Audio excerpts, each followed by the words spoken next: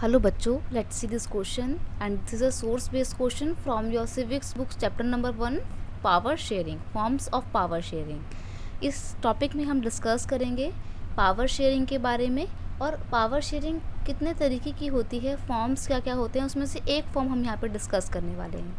Power is share among the different organ of the government such as legislature, executive and judiciary. सरकार के अलग अलग organs के बीच में, अंगों के बीच में, जैसे कि लेजिस्लेचर, एग्जीक्यूटिव और जुडिशरी, इनके बीच में हम पावर को डिस्ट्रीब्यूट करते हैं। Let us call this horizontal distribution of power because it allow different organ of government place at the same level to exercise different power. अब ये जितने भी ऑर्गन बताए थे ऊपर गवर्नमेंट के, तीनों लेजिस्लेचर, एग्जीक्यूटिव एंड जुडिशरी, इनके बीच में जो पावर शेयर की जाती है उसको हॉरिजॉन्टल डिस्ट्रीब्यूशन ऑफ पावर कहा जाता है। क्यों?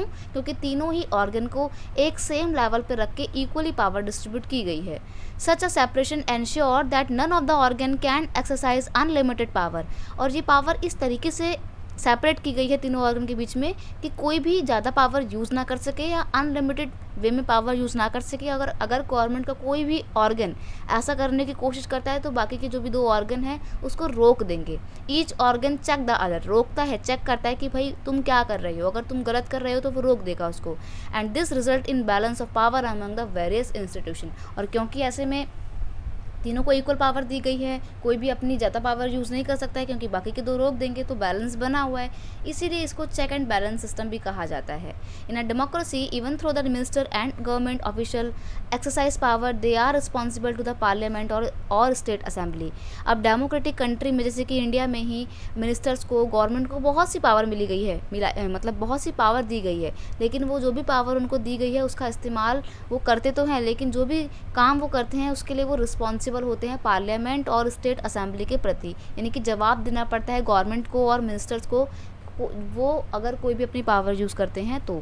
सिमिलरली एल्दो जज are appointed by the executive they can check the functioning of executive और laws made by the legislature. अब देखिए, जो जज होते हैं सुप्रीम कोर्ट के और हाई कोर्ट के, इनको कौन अपॉइंट करता है? इनको एग्जीक्यूटिव अपॉइंट करती है, लेकिन आगे जाके यही जज एग्जीक्यूटिव के गलत कामों को रोक सकता है।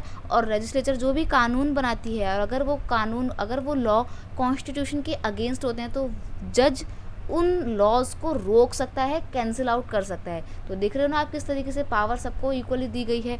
And that is why this arrangement is called the system of check and balance. तो इसलिए सिस्टम को चेक और बैलेंस का सिस्टम कहा जाता है, क्योंकि तीनों ही ऑर्गन एक दूसरे के ऊपर नज़र रखे हुए हैं और तीनों ही ऑर्गन को इक्वल पावर मिली हुई है। और अगर कोई भी एक ऑर्गन आगे बढ़ने की कोशिश करता है तो उसको बाकी के दो ऑर्गन दोनों देते हैं। तो दोनों तीनों के बीच में एक बैलेंस बना हुआ है, राइट। अब इस पे बेस क्वेश्चन हमारे को दिया हुआ है, why is horizontal power of form of power sharing also called the system of check and balance. तो यानी कि यहाँ पे जो पूरा आपने पढ़ा है, ये सोर्सेज का एक समरी लिखना है कि क्यों horizontal form of power sharing को system of check and balance भी कहा जाता है। देखिए, in horizontal distribution of power sharing, power is share among the different organ of the government like legislature, executive and judiciary. Horizontal distribution of power में सरकार के अलग अलग अंगों के बीच में पावर को एक समान तौर पे बांटा जाता है।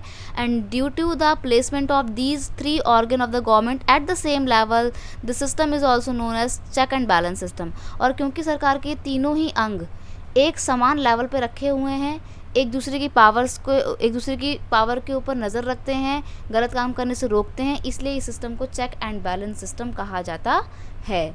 I hope you understood it well. Best of luck.